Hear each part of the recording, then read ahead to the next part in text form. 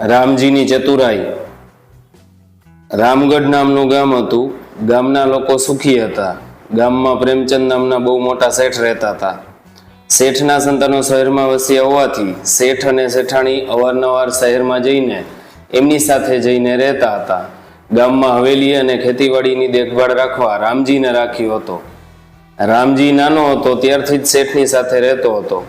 શેઠ તેને દીકરા સમાન માનતા હતા। રામજી બહુ બુદ્ધિશાળી અને શેઠને વફાદાર હતો। એ પોતાની પત્ની સાથે હવેલીમાં જ રહેતો હતો। એક દિવસ અડધી રાત્રે રામજીને છત ઉપરથી નળિયા ખસવાનો અવાજ આવ્યો। સાથે શેરીમાં કૂતરા પણ ભસતા હતા। એનાથી રામજીની આંખ ખુલી ગઈ।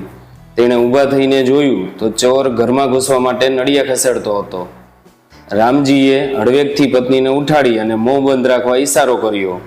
જેવો ચોર નીચે આવ્યો, રામજીએ તેને આવકારતા કહ્યું, આવો પધારો, અમે તમારી જ રાહ જોઈ રહ્યા હતા। ચોરને નવાઈ લાગી।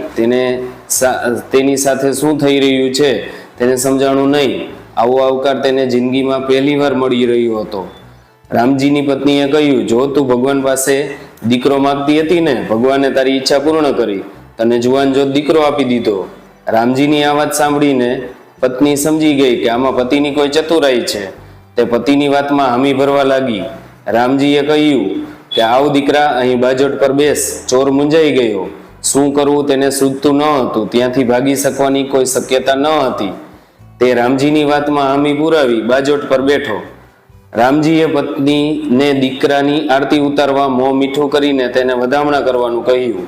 રામજીની પત્નીના નિર્દેશને અનુસરવા લાગી।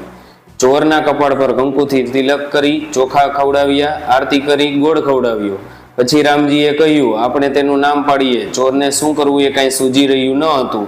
તેમ છતાં ભૂલમાંથી સારા ઘરમાં આવી ગયો હોવાનો આનંદ થયો। રામજીએ તેનું નામ રાઘવ પાડ્યું।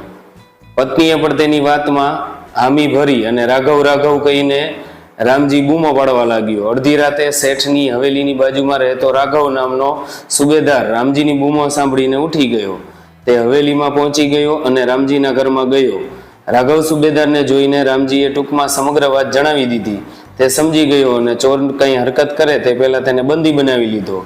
રામજીએ ચોરને જતા જતા સલાહ આપી કે તું જે કામ કરે છે એની મંજિલ પાસે તેને લઈ જવામાં આવી રહ્યો છે, જે તેનું અસલી સ્થાન છે। આમ રામજીની ચતુરાઈથી ચોરી થતી બચી ગઈ।